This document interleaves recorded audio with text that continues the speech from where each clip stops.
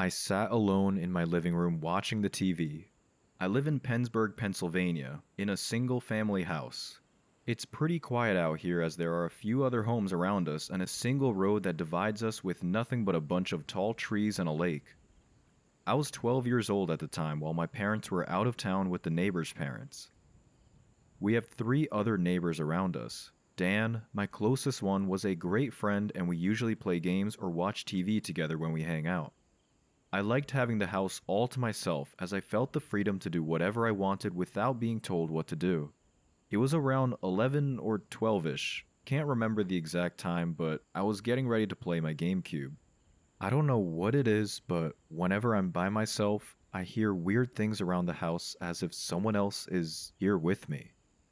As I was sitting down, the light from the lamp started flickering. Didn't think much of it, but that alone is just creepy, especially if you're home alone.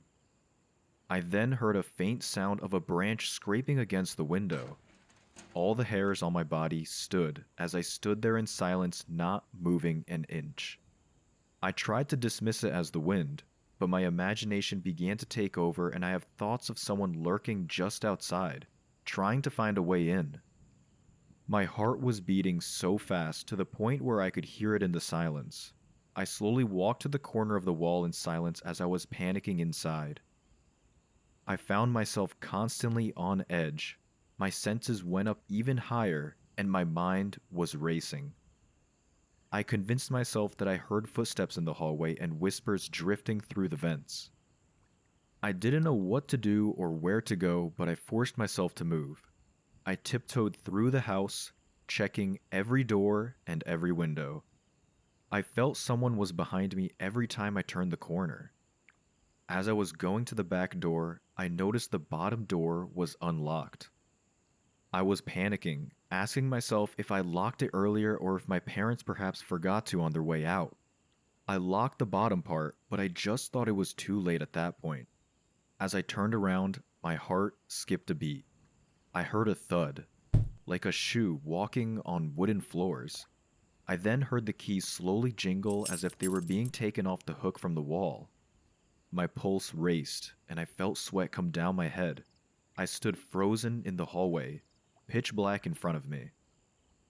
I was convinced there was someone standing 15 feet in front of me. I tiptoed towards the right where the dining room was, careful to make no sound. The hallway felt endless, and each step felt like I was going to die. My heart pounded as I could hear it. I suddenly got behind the table in a crouch position as I peeked my head to the right to see if I could see anything. It took me a second to get adjusted, but I was terrified as I saw a shadowy figure standing inside my house, frozen. I couldn't believe it. I thought I was going to be murdered. I couldn't see anything but a tall person looking my way. I was still behind the table in the dark. I slowly moved to the back door, turning 2 corners out of the dining room. I thought I was being followed all the way to the door. As I got to the door, I heard someone behind me getting closer and closer. I screamed and fell because my legs couldn't hold me anymore. I rolled over as I fell and looked to my side. I saw a tall man wearing all black with a kitchen knife in his left hand. I got up and ran. I looked over my shoulder a few seconds after and he was gone. Doors shut and no one was there in my sight. I ran to my neighbor's house screaming and yelling, "Call the police."